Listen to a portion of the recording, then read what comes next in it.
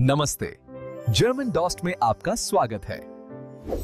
यहाँ हम हिंदी में जर्मन सीखते तो हैं। चलिए जर्मन भाषा की दुनिया में एक गहरी डुबकी लगाते हैं। हम सब ने कहीं ना कहीं हेलो और गूटन टाग जैसे शब्द तो सीखे ही हैं। बिल्कुल। पर आज का हमारा मिशन इन बेसिक शब्दों से थोड़ा आगे जाने का है। आज हम ये समझेंगे कि एक टूरिस्ट की तरह बोलने और एक लोकल की तरह बात करने में क्या फर्क है। और ये फर्क अक्सर बातचीत की बिल्कुल शुरुआत में ही पता चल जाता है। सही बात है। आपने बिल्कुल सही पकड़ा।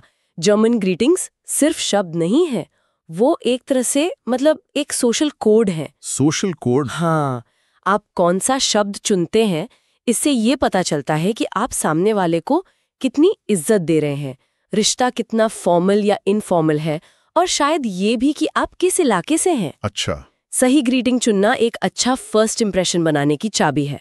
और आज हम इसी कोड को डिकोड करेंगे, हमारे पास जो ये तस्वीरें और नोट्स हैं उनकी मदद से। ठीक है, तो इसे खोलते हैं। हमारी पहली तस्वीर में बर्लिन का मशहूर ब्रांडनबर्ग गेट है और उसके आसपास कुछ शब्द हैं। हेलो, गूटन टाग, सर्वुस और च्यूस। ये शब्द शायद हमारे कई लर्नर्स को पहले से पता होंगे, लेकिन असली खेल, जैसा आपने कहा, इनके इस्तेमाल के तरीके में छिपा है। बिल्कुल। हालो और गुटन टाग के बीच की जो लाइन है वो अक्सर बहुत धुंधली हो जाती है लोगों के लिए। हाँ, इसी में कंफ्यूजन होता है। ये बहुत जरूरी पॉइंट है। हालो मतलब हालो बेशक सबसे यूनिवर्सल है, लेकिन इसे अक्सर गलत समझ लिया जाता है। कैसे? लोग सोचते हैं ये सिर्फ इनफॉर्मल है, पर आजकल की जर्मन भाषा में, खासकर बड़े शहरों में, हालो लगभग हर सिचुएशन में चल जाता है। अच्छा। पर यहाँ एक सांस्कृतिक पहलू आता है जिसे डू और सी का कल्चर कहते हैं, मतलब तुम और आप। गुटन टाग यानी गुटन टाग वो स्वाभाविक रूप से सी वाली फॉर्मल दुनिया से जुड़ा है। मतलब अजनबियों से या ऑफिस में? हाँ, जब आप किसी अजनबी से, किसी अधिकारी से या किसी बिजनेस मीटिंग में बात कर रहे हो, तो गुटन टाग एक सुरक्षित और सम्मानजनक शुरुआत है। तो यहाँ एक ग्रे एरिया भी तो होगा। मान लीजिए आप एक मॉडर्न स्टार्टअप में काम करते हैं जहाँ माहौल काफी कैजुअल है। वहां आप अपने बॉस से पहली बार मिल रहे हैं, क्या तब भी गुटन टाग कहना सही होगा या वो बहुत ज्यादा सख्त लगेगा? बेहतरीन सवाल। यहीं पर कॉन्टेक्स्ट यानी संदर्भ सबसे जरूरी हो जाता है। अच्छा। उस स्टार्टअप वाले माहौल में हो सकता है हालो ज्यादा ठीक लगे। जर्मनी में भी अब वर्क कल्चर बदल रहा है। सही है। लेकिन एक पारंपरिक बड़ी कंपनी में गुटन टैग ही उम्मीद की जाती है। सबसे अच्छा तरीका है कि आप देखें दूसरे लोग क्या कर रहे हैं। अगर सब एक दूसरे को हालो कह रहे हैं तो आप भी कह सकते हैं। और अगर शक हो तो? अगर शक हो तो गुटन टाग से शुरू करना हमेशा सेफ रहता है। आप ज्यादा फॉर्मल होने की गलती कर सकते हैं, लेकिन ज्यादा इनफॉर्मल होना अपमानजनक लग सकता है। ये अच्छा पॉइंट है। और इस तस्वीर में ये दो और शब्द हैं, सर्वस और चुस। सर्वस यानी ज़ेर्वुस, ये सुनने में काफी अलग है। सर्विस एक शानदार उदाहरण है कि जर्मनी कितना विविध है। ये शब्द आपको बर्लिन या हैम्बर्ग में शायद ही सुनने को मिले। अच्छा, तो ये हर जगह नहीं होता? नहीं, ये दक्षिणी जर्मनी यानी बवेरिया और ऑस्ट्रिया का सिग्नेचर ग्रीटिंग है। और इसकी सबसे दिलचस्प बात यह है कि ये हेलो और गुड बाय दोनों का काम करता है। एक मिनट, ये तो कंफ्यूजिंग हो सकता है। कोई आपकी तरफ आकर सर्वस कहे तो आप कैसे जानेंगे कि वो आ रहा है या जा रहा है? ये पूरी तरह से कॉन्टेक्स्ट पे निर्भर करता है। अगर कोई आपके पास आ रहा है और मुस्कुरा रहा है तो वो हेलो, अगर कोई दरवाजे की तरफ जा रहा है तो वो गुड बाय है। अच्छा, तो इसमें कभी गलती नहीं होती? नहीं, कभी नहीं होती। और चुस मतलब चूस तो शायद जर्मनी का सबसे पसंदीदा शब्द है। ये अलविदा कहने का सबसे आम, दोस्ताना और अनौपचारिक तरीका है। ठीक है, तो फॉर्मेलिटी का ये कल्चर बहुत जरूरी है। पर क्या दिन के समय के साथ ये फॉर्मेलिटी बदलती है? मतलब सुबह 8 बजे किसी से गुटन टाग कहना थोड़ा अजीब नहीं लगेगा? बिल्कुल। इसके लिए हमारे पास गुटन मॉर्गन है। हाँ, दिन का समय बहुत मायने रखता है। गुटन मॉर्गन यानी गुटन मॉर्गन, गुड मॉर्निंग, ये आमतौर पर सुबह से लेकर मान लीजिए 11 बजे या दोपहर तक इस्तेमाल होता है। और ये फॉर्मल है या इनफॉर्मल? ये दोनों सिचुएशन में काम करता है। पर यहाँ एक और मजेदार बात है। अगर आप उत्तरी जर्मनी जैसे हैम्बर्ग की तरफ जाएं तो आपको एक शब्द सुनने को मिलेगा, मोइन। मोइन। हाँ, ये तो मैंने सुना है। हाँ, मोइन असल में मॉर्गन से ही निकला है, लेकिन अब ये एक क्या कहते हैं 24/7 वाली ग्रीटिंग बन गया है। मतलब कभी भी बोल सकते हैं? हाँ, आप सुबह 9 बजे, दोपहर 3 बजे या रात 10 बजे भी किसी को मोइन कह सकते हैं, और ये बिल्कुल नॉर्मल है। ये उस इलाके की पहचान है। क्या बात है। और शाम के लिए हमारे पास है गुटन आबंड। गुटन आबंड, क्या इसके इस्तेमाल में भी कोई ऐसी बारीकी है? गुटन आबंड यानी ये गुड इवनिंग काफी सीधा है। इसे शाम 6 बजे के बाद इस्तेमाल किया जाता है। ये गुटन मॉर्गन और गुटन टाग की तरह ही थोड़ा फॉर्मल टोन रखता है। अच्छा, आप किसी रेस्टोरेंट में घुसते हुए या शाम को किसी से मिलते हुए इसका इस्तेमाल करते हैं। ये एक बहुत ही स्टैंडर्ड और सुरक्षित ग्रीटिंग है। और यहीं पर एक बहुत बड़ा पेज मतलब एक जाल है जिसमें नए लर्नर्स अक्सर फंस जाते हैं, और वो है गुटेनाथ का इस्तेमाल। हमारे नोट्स में इस पर खास चेतावनी भी दी गई है। ये शायद जर्मन सीखने वालों की सबसे आम गलतियों में से एक है ना? बिल्कुल। अंग्रेजी में गुड नाइट को कभी-कभी शाम को मिलने पर भी कह दिया जाता है, लेकिन जर्मन में गूटे नाchts मतलब गुटे नाcht का मतलब सिर्फ और सिर्फ अब मैं सोने जा रहा हूँ या रात के लिए अलविदा होता है। अच्छा, तो ये कभी ग्रीटिंग है ही नहीं? कभी नहीं, ये हमेशा एक विदाई है, एक फेयरवेल। मतलब अगर मैं रात 9 बजे किसी दोस्त की पार्टी में पहुंचूं और दरवाजे पर सबको गुटे नाcht कह दूं, तो सब हैरान होकर आपको देखेंगे और सोचेंगे कि आप आते ही वापस क्यों जा रहे हैं। हाँ, ये तो काफी अजीब हो जाएगा। उस सिचुएशन में आपको गुटेन आबंद या सिर्फ हेलो कहना चाहिए।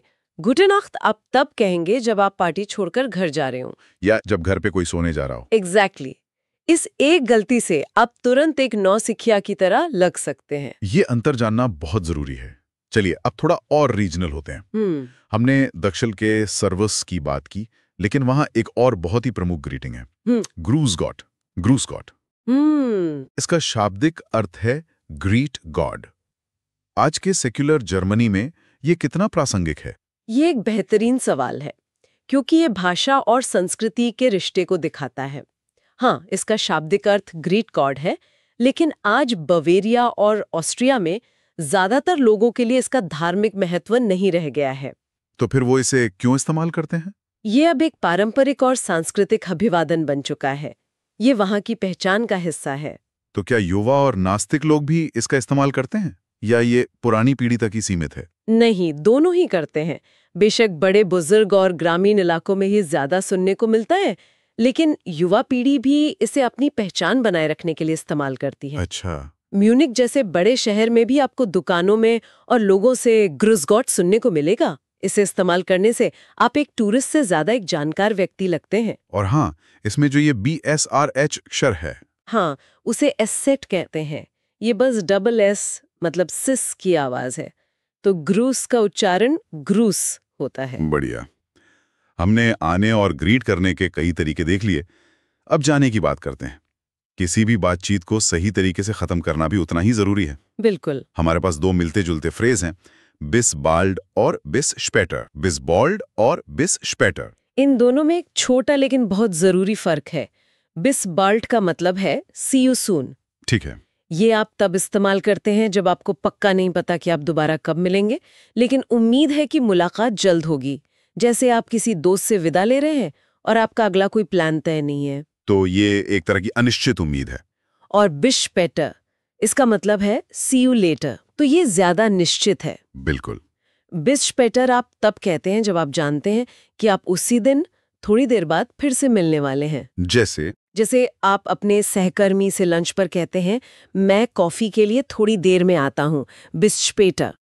तो बाल्ट का मतलब है जल्दी ही, जो आज भी हो सकता है या इस हफ्ते भी, और स्पेटर का मतलब है थोड़ी देर बाद, मतलब पक्का आज ही। ये अंतर तो बहुत साफ है।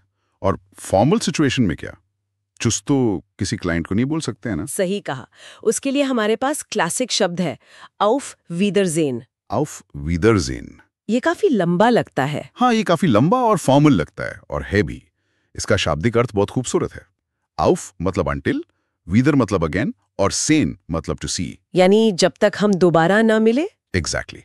ये बहुत सम्मानजनक तरीका है विदा लेने का। यहाँ एक और शब्द है जो बिल्कुल ऐसा ही लगता है, auf Wiederhören। auf Wiederhören।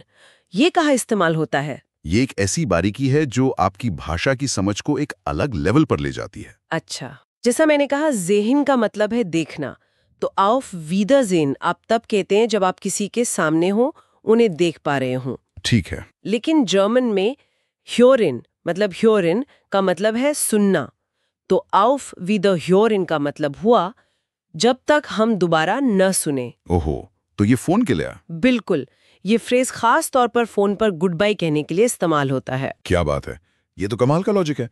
मैं शायद सालों से फोन पर ऑफ विदर्ज़ेन बोलता आ रहा हूं, ये जाने बिना कि उसके लिए एक अलग ज्यादा सटीक शब्द भी है। ये छोटी छोटी चीजें ही किसी भाषा को सच में जिंदा बनाती हैं। सही कहा। और यही वो डिटेल्स हैं जो नेटिव स्पीकर्स नोटिस करते हैं।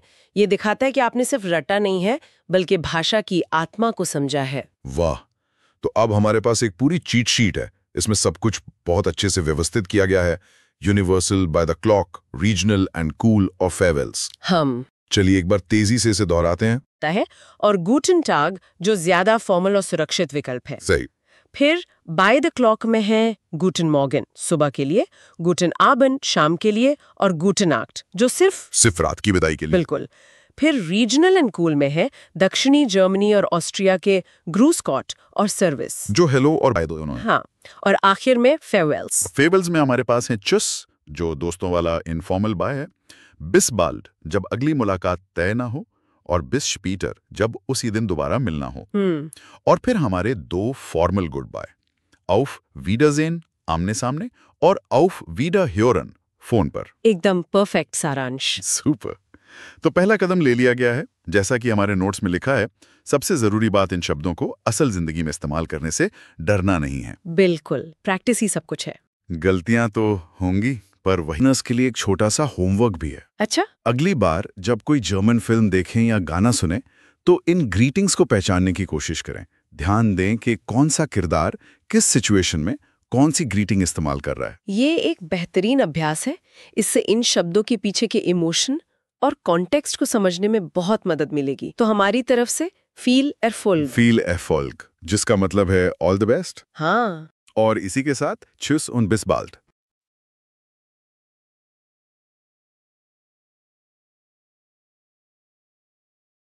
जर्मन सीखना आसान बनाना हमारा मकसद है।